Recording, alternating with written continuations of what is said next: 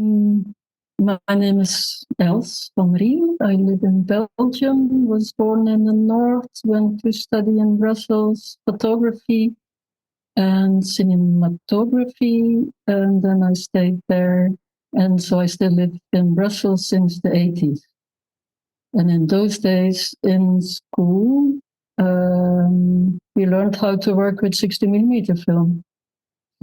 And I got stuck to it for some reason. For many reasons, probably. About being an artist or filmmaker, or when people ask me, what do you do? I say, I work with film and a bit of photography, which is then the still photography that came back after 30 years. And you were mentioning when you start to work with the 60 millimeter film, there was some reason you stuck with it. And can you recall what was exactly you were really drawn into it? It's really the practice, the machines, the cameras, the pieces of film that you can hold in your hand, as if you can really touch time. And everything that is digital or video, it's all wrapped up in cassettes, or it's wrapped up in translations and codes and codecs, and I can't reach it. And film is something I can reach, and it has this magic of being pieces of time that you can cherish and share and hold in your hands. Yeah.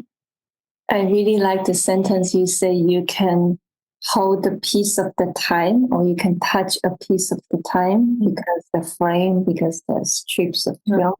Yeah. Is the time something also very important when you create a work? Yes. Well, film is pieces of time that you stick together and then compose it to give it its own time somehow. But the initial thing to why we like film, why we want to film, to do the practice of filming, is, for me, is this always anxiety behind me or in me or somewhere around me, this very deep anxiety of missing it, missing life itself, like missing that life passes by and we cannot grab it, and then we get older and then we die and then it's finished. And I don't want this. I want to grab what life is about. I want to understand. I want to get into life itself somehow. And most of the time I have the feeling that it passes by, and that is my psychology probably.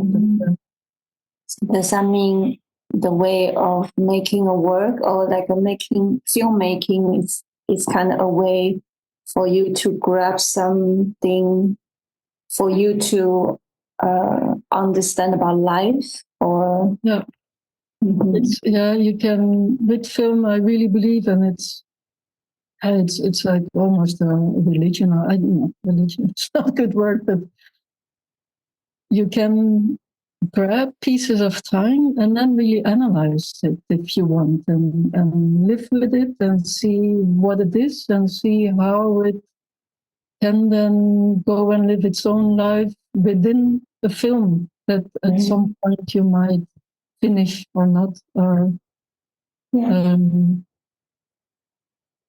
but the basic energy behind it is this anxiety, I think, or this feeling of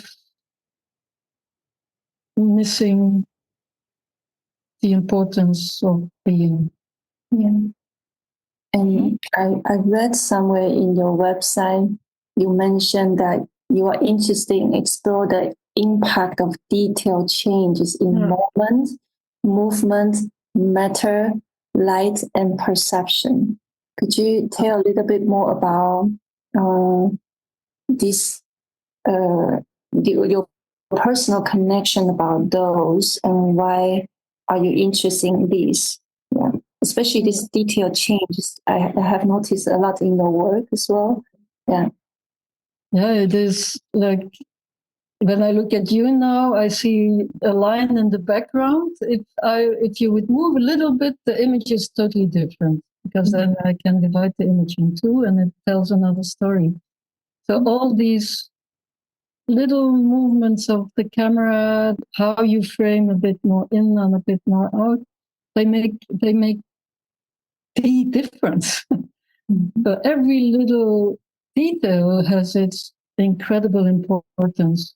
And yeah, a film can work or not work depending on 1/25th of a second. No? Mm-hmm.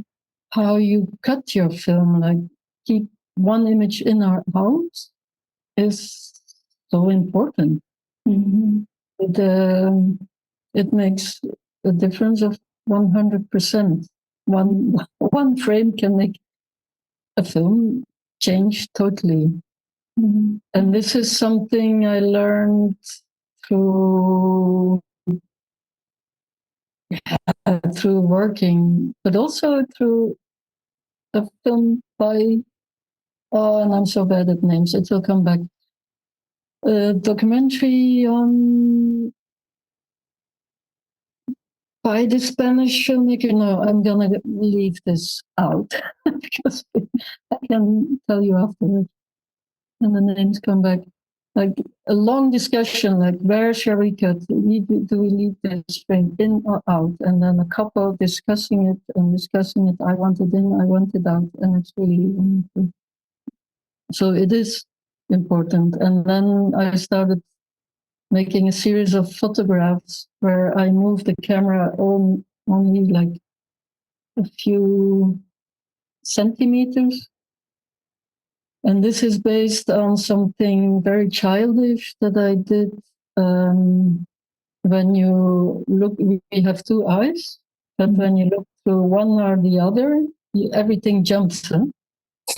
I used to play with this in class. Like I make the teacher jump, go left and right.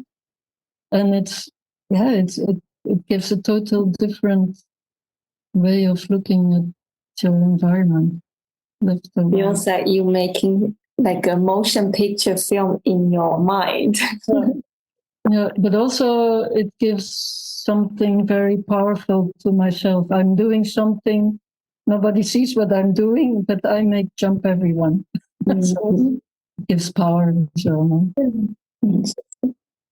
and then because I also noticed maybe also when I was checking some of your installation, sometimes I feel, is it true sometimes you start as a question that you're wondering, and then you try something and you want to see what's the result? yeah. For example, like the one with the portrait, and also the one with the eye key, for example. Like when you create installation, is it true that you have this question, kind of research or wondering question in your mind that you want to know? Yeah, and every piece has its own questioning, but it's like a line also. From one piece comes another question. And so that's how we continue. Eh? After one, you want to go further or you want to take it in some other direction. So there is a bit of a line through all the works in time. Like the portraits, the initial question was, I came from film school, and then you have to make fiction or make documentaries or go to work for TV or all these things that was all too much for me. I didn't really want a job somewhere. The portraits was really a research on what is happening with the person when he or she is filmed.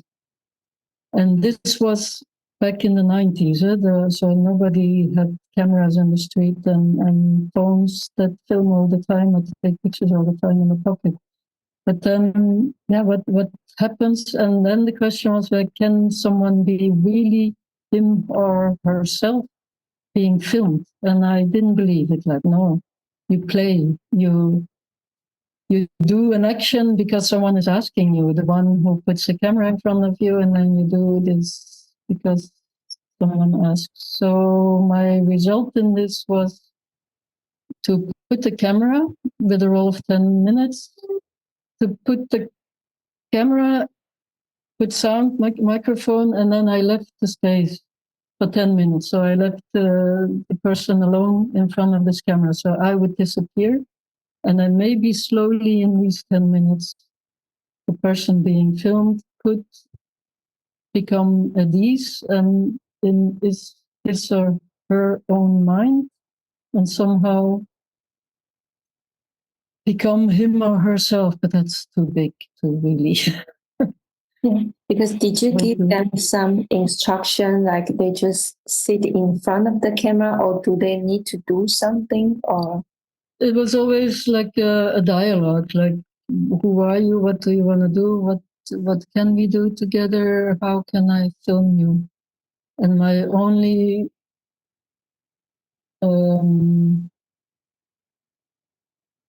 aesthetical thing that I added to it that was that every person had its own color. And most of the time it was their favorite color. And this was because I couldn't choose, do I want to do this in black and white or in color? So I said, okay, just one color, monochromes for each person in a different color. That was an aesthetical decision. But it started actually with one person who, with also the question, like, can someone be so much at ease in front of a camera that she or he can fall asleep? So that was that was actually the first.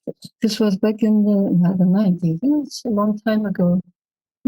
So the first portrait I made was the woman reading and then putting the book aside and falling asleep. And afterwards, she didn't really fall asleep within the 10 minutes, but almost. And for this, I really had like 3 days of walking in the countryside, good food, alcohol, and then walking again, a bit of alcohol, and then on the couch, reading and falling asleep. And one other idea behind it, it all comes back now. One other idea behind it was this forbidden afternoon sleep that we have in Flanders or in Holland maybe as well. Like in the afternoon, you have to work, you have to do things. No, you cannot just read and fall asleep. So I like this behind it. But then from this one portrait, I thought, it's interesting to make more of them. And then came the idea to make an installation out of it only afterwards. Like it took 5-6 years that this work was around. It's not that I worked full time on it, but and then it came together thanks to Brussels 2000 that you could have a bit of a budget, and then the installation was made. Yeah. An event, like an art event. And because you were also mentioning a lot of installation is start with a question. Yeah. When you making this work, your research is try to answer the question, or what was your relationship about question in your work? Yeah. The question is a starting point. And when the question remains, you go further in the working around the question, but an answer is never really satisfying or is never there. It's not necessary. But then, of course, the initial idea is to really capture life and I have this one thing that I can show. Do you speak French? Read French? It's Jacques Rancière. I have it here. and it says, le réel doit être fictionné pour être pensé. So the reality needs to be fictionized in order to be able to think about it. So, and I really like this idea, like you make fiction out of some piece of reality or some idea or some situation or some beauty somewhere. And by fictionizing is actually thinking. To make film, fiction or documentary or experimental, it's all one chaotic coming together of making film and using film to try to find out something as a way of thinking. But then what is thinking? I'm not sure. Maybe I use film to try to understand what thinking is. Interesting. No? It's also similar to when you later create the films. For example, I noticed light. It seems very important for you, and you have a different perspective or different angle, different perspective towards this subject. Would you like to first share? What's your personal connection with the light? And then maybe we could talk one of the film related. Filmmaking as being part of reality since 200 years. It has a few elements how it's constructed. So time is very important, but of course, without light, we wouldn't be able to make film. And then, of course, without light, there wouldn't be life at all. So I was interested, and like everything that is science is for me really interesting. Sometimes I wished I was a scientist rather than an artist or filmmaker, because they construct a language like mathematics. There's a language that I don't understand. I should study like years for it to get to this language. But I have been reading a lot about what actually is light and all the scientists that have been researching it. And through this research came tools to research light, like lenses. And it's thanks to these tools that we have something like photography and film. So it's all connected. But then what is actually light? Is it just an energy waving? Is it particles? Just bouncing and flying around? I came to the latest version is like it's both, it's waves and particles, and then actually it's particles passing on their energy in some direction, coming from the sun, most of it. It's incredible that this exists, no? And that the fact that we have this distance to the sun makes that we are sitting here and that we are living beings. Mm-hmm. And that's if you start reading about this, it's dangerous somehow because it's so fragile. Mm. Then we come to climate change and everything. Right? It's extremely fragile. The distance between the Earth and the Sun, if it would move like with only 2 kilometers, we are dead. We are cold, or depending on the direction and the distance. So the science on light is really interesting, and I wanted to make a film about the understanding of it, about the understanding of this importance of light. But then, of course, it's too big for being, I think. His last film, Fugue, A Light's Travelogue, just with the material that I bumped into while reading about it and researching, with the idea that if I add all this knowledge on top of each other, maybe in the end I come to like a light thing in my head that will show me like this is what light is about.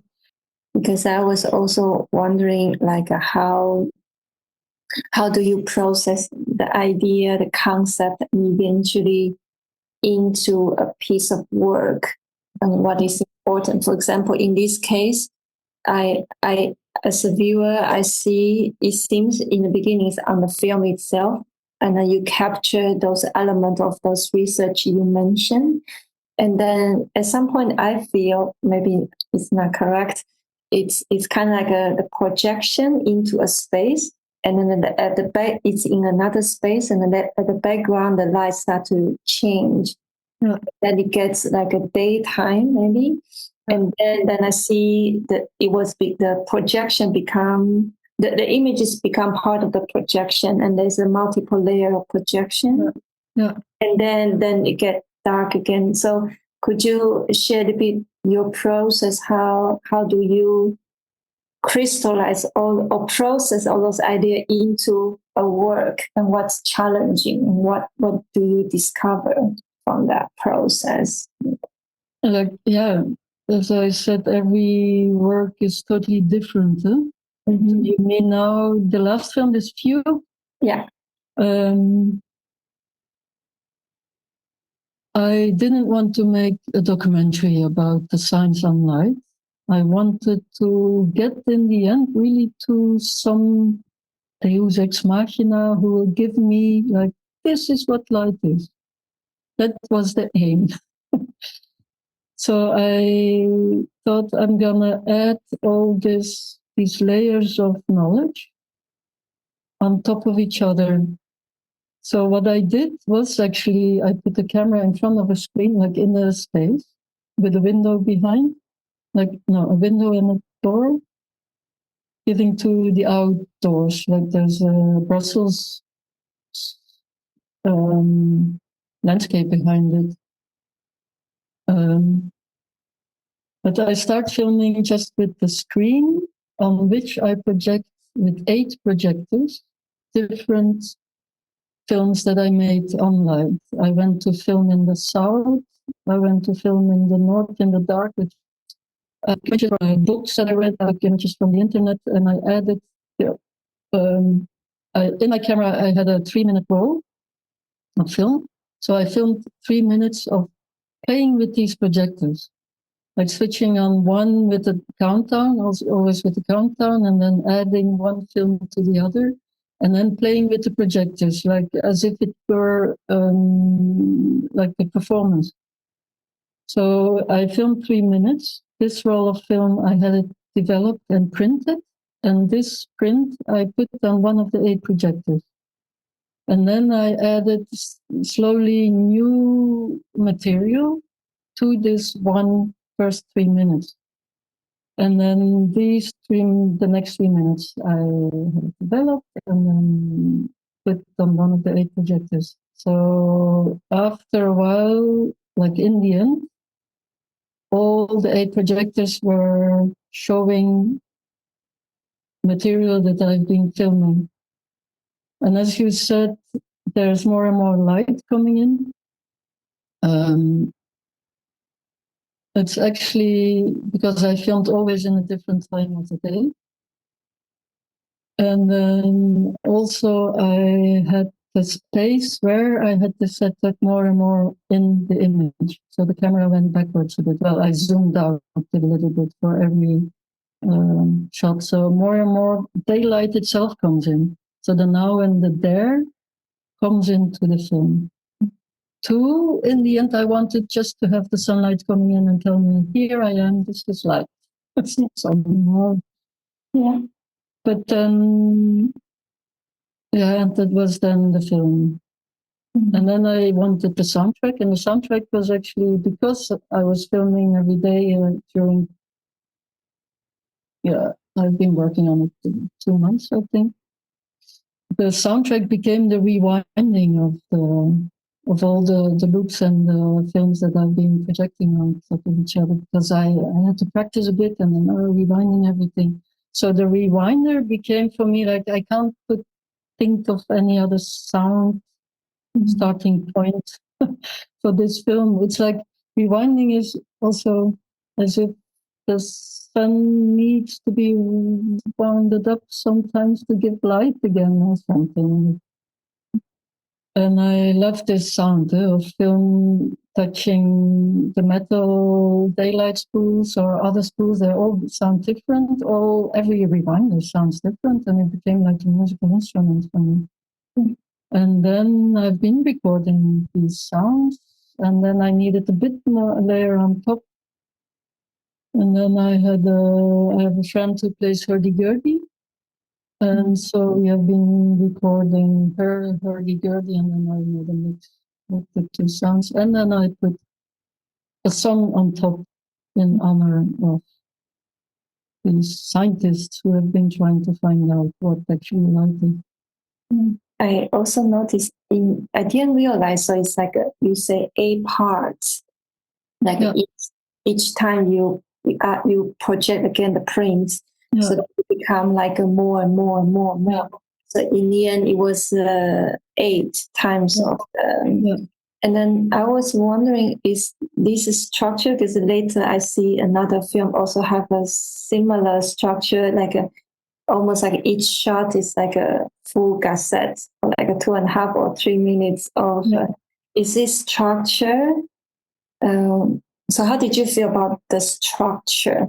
Because in a way it's very conceptual, at the same time also very neutral. So I was wondering your decision, why in this structure? Yeah, why? Because in the end, if you make a film that has an ending to it, you need to know where to end, right? So you need some kind of a structure. But then, of course, there's people like Leslie Thornton who makes films that change all the time. I love this idea, but that's something else. For this film, Fugue, the structure was actually spatial. Was like this performance set up with the 8 projectors and playing with it.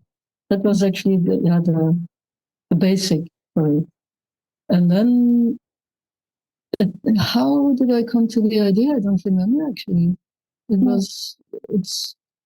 I didn't want to make like a documentary. I found out this and then came this and this and this because I wanted to get to light itself. So I thought if I project everything, all the signs on top of each other, at the end there's only light.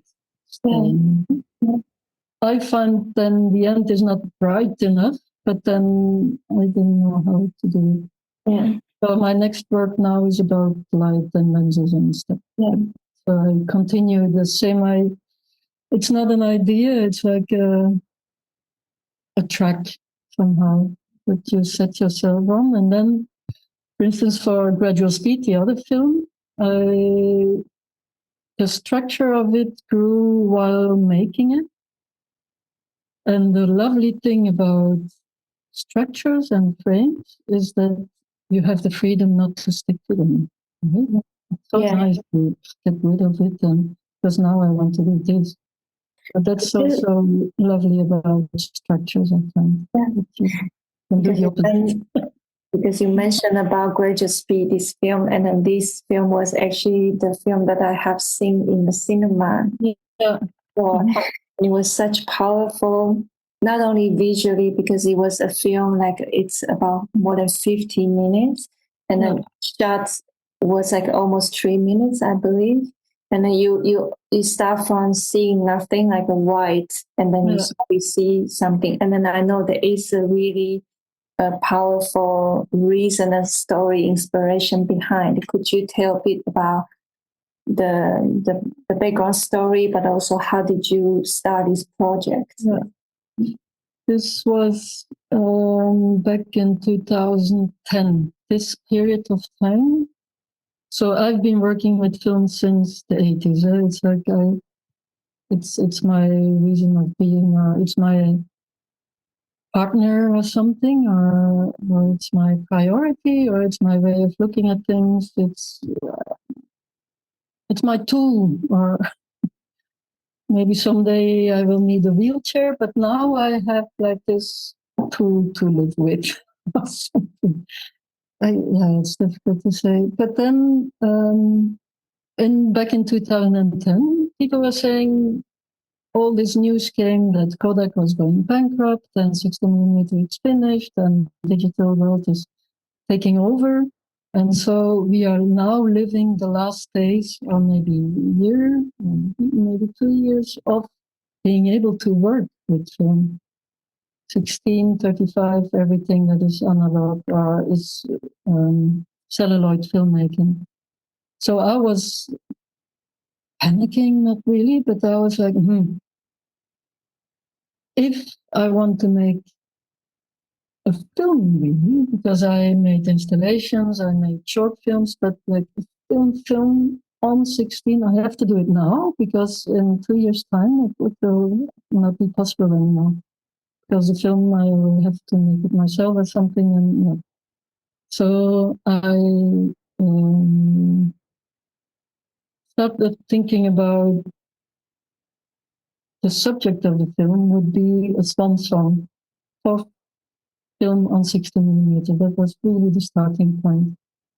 How to sing for this beautiful language that is 16mm filmmaking, black and white, to accompany it towards its end. That was really the idea behind. And then, of course, what is this film about? It's like just the physical silver bromide that turns into black. Yeah? The turning into black and forming the image would be the subject of the film.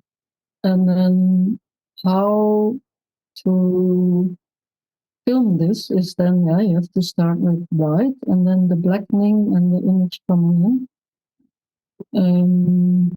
So then technically I started with changing the speed of the camera from 2 frames a second up to the normal 24. So I thought then it will be totally overexposed in the beginning, and slowly the image comes in. And then also not only the still photography system happens, but also the moving image becomes more present. Because, yeah, when you start filming at 2 images a second and you show it at 24, everything is speeded up. But then for some images, I had to redo them because the image was already a little bit there in the beginning. So I wanted really start from white. So I did and the speed changing and the diaphragm closing to the right position at the same time. And then, of course, I started calculating, like, yeah, if I start with 2 images a second, how long do I need to have a 3-minute roll filled up, or even longer? Because if you film slower, then it takes longer to come to the end of the roll. And I started calculating all this, but all this was too difficult. So it became really just working at the feeling. You sit next to the camera, and the wonderful thing about filming is that, and then I come back to this first anxiety, is that while I'm sitting next to a camera on my own and doing these little changes very slowly, it took like, there are images that last like 7 minutes, so it takes like 12, 13 minutes that you sit there filming, slowly changing the speed of the camera and closing the diaphragm. This is where I feel being alive or being in the present more than just sitting here or talking or being busy. It is a way of contemplation, but I don't know what contemplation is. Or it is a way of capturing the now. more mentally than in the camera, because this is then afterwards it's developed and it becomes something else. But the being there, the filming next to this camera is makes me feel present. But I have to be on my own for it. Then yeah, first I had this rule, like all 3-minute rolls, but then for some images I needed more time, so I said cut the roll, and then one image is only a few, 2 seconds. This one wave that I needed to cut. The system within the editing, and then I added another layer on top, and that is this Vladimir Shevchenko. Honor to him, because I started reading about working with analogfilm and that he do since ever. But then I read about Chernobyl and the disaster back in 86, 84. Shevchenko was the first cameraman. He worked for local television, and he was the first to be there with his 35mm camera. And the images that he made are online, and it's they passed away very soon after. Also, cameraman Shevchenko, he passed away 1 year later. This camera was buried with him, but the images are now online, and I found this so incredibly touching. Also, because the images are, you see the radiation on them, or the sparkles. They are contaminated by this radioactivity that came out of the explosion. So this was then suddenly also time and being in my presence. And then next to this, there's the story about this cameraman who wanted to show the world the disaster and filming it. And then these images that are still there. I wanted just to dedicate this film to him.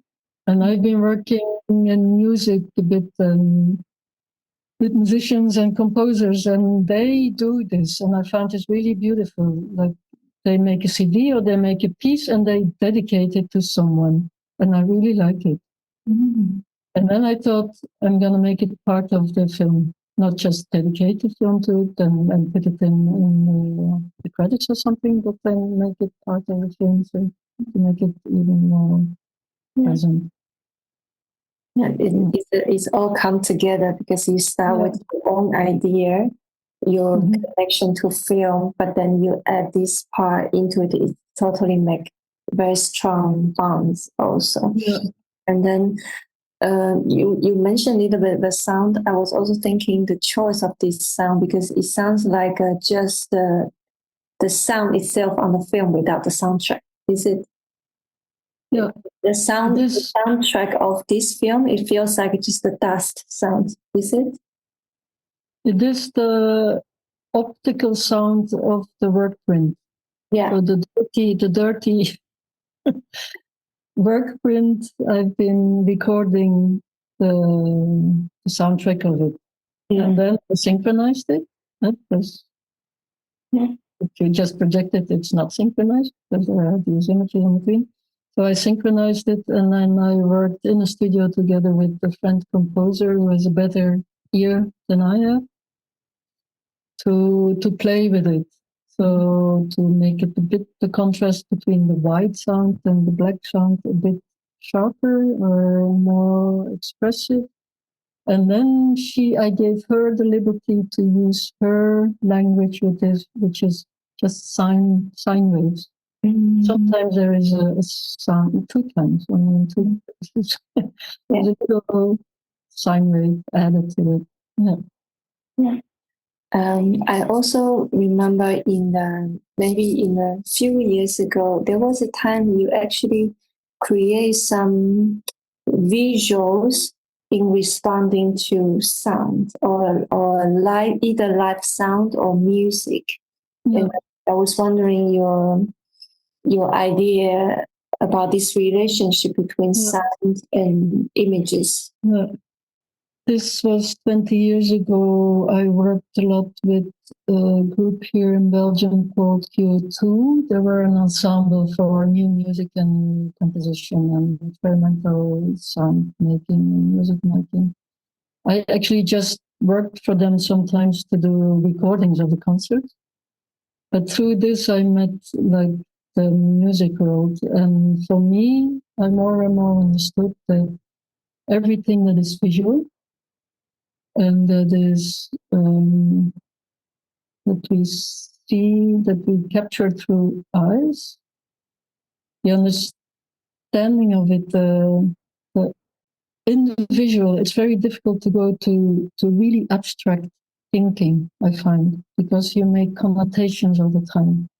You make associations all the time with with the normal environments we live in. Music, not really sound, but then yeah, sound and music, they become one thing since John Cage. And also silence is part of it, only starts there, where everything that is the visual art stops. Where we cannot go further, music starts for me. In the abstract and in the universal and in the beyond thinking, or needs for people who can write music.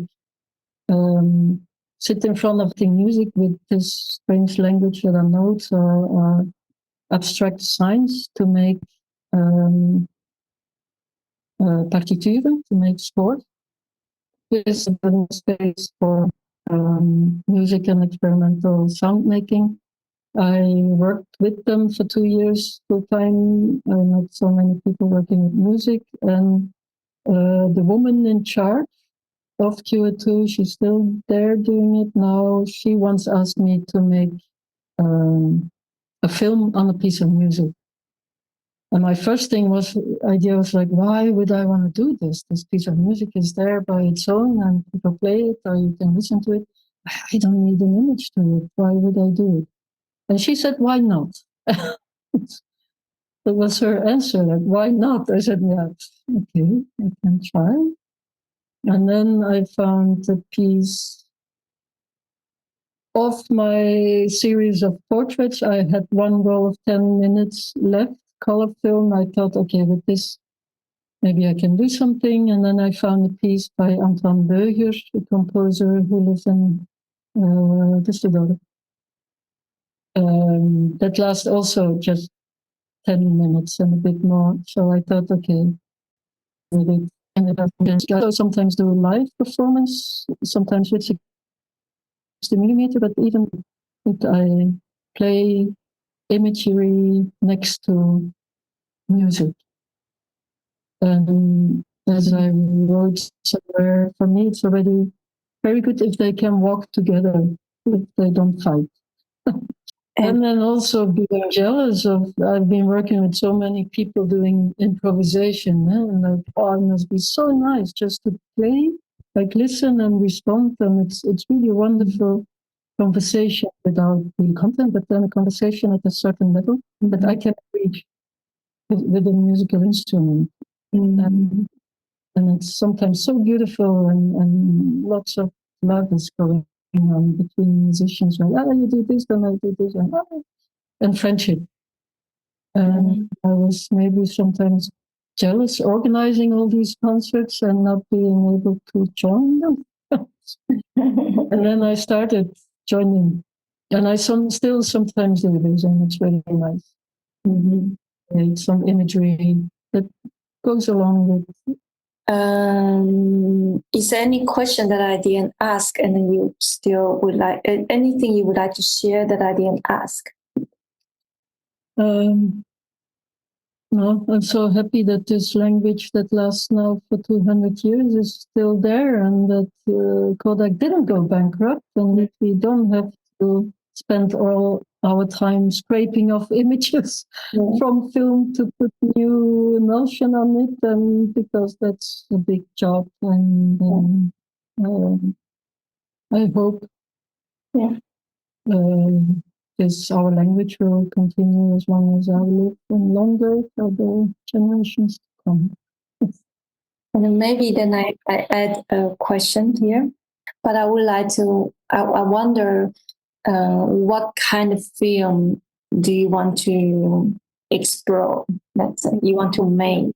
Yeah. Mm-hmm. It's about going in the depth, go deeper into reality. Like our film language is, for me, has the magic and the possibility to dig into reality, to go and grab something.